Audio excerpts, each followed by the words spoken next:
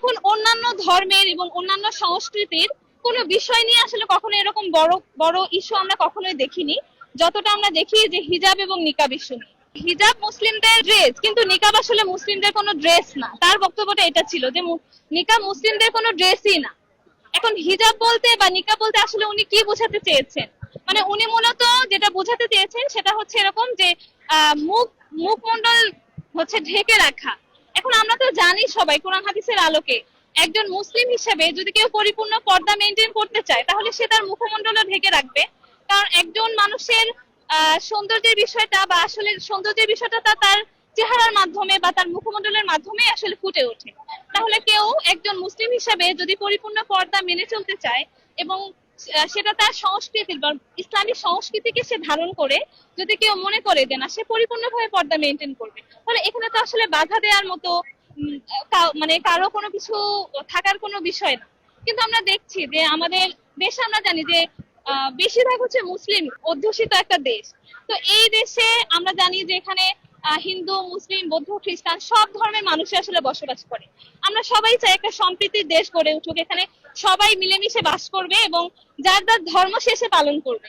এখন অন্যান্য ধর্মের এবং অন্যান্য সংস্কৃতির কোনো বিষয় নিয়ে আসলে কখনো এরকম বড় বড় ইস্যু আমরা কখনোই দেখিনি, যতটা আমরা দেখি যে হিজাব এবং নিকাব ইস্যু নিয়ে। তাহলে একজন মুসলিম হিসেবে সে যদি ইসলামী সংস্কৃতিকে ধারণ করতে চায় এবং পরিপূর্ণ পর্দা মেনটেন করতে চায়, তাহলে এখানে তো আসলে বারবার এই কটাক্ষ করা বা কুরুচিপূর্ণ মন্তব্য করা কখনোই কাম্য হতে পারে না। আর তিনি যে মন্তব্যটা করেছিলেন সেটা হচ্ছে অতীতকালের ঘটনা তিনি তুলে ধরেছেন এখানে, যে ইহুদিদের মধ্যে যারা ছিল তারা নাকি বাজে কাজ যখন করতো তারা হচ্ছে এই নিকাব ইউজ করতো বা মুখমণ্ডল ঢেকে রাখতো।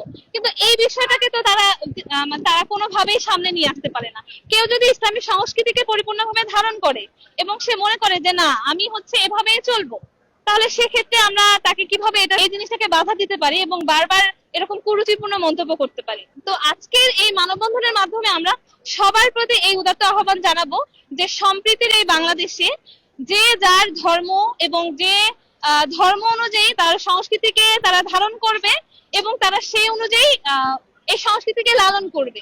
এবং আমরা মুসলিম হিসেবে যারা ইসলামী সংস্কৃতিকে মানতে চাই আমরা যেন আমাদের এই ইসলামী সংস্কৃতিকে মেনে পরিপূর্ণ হিজাব নিকাব করতে পারি এবং এটা নিয়ে যেন কখনোই কোনো কুরুচিপূর্ণ মন্তব্য আমাদেরকে সহ্য করতে না হয়, শুনতে না হয়।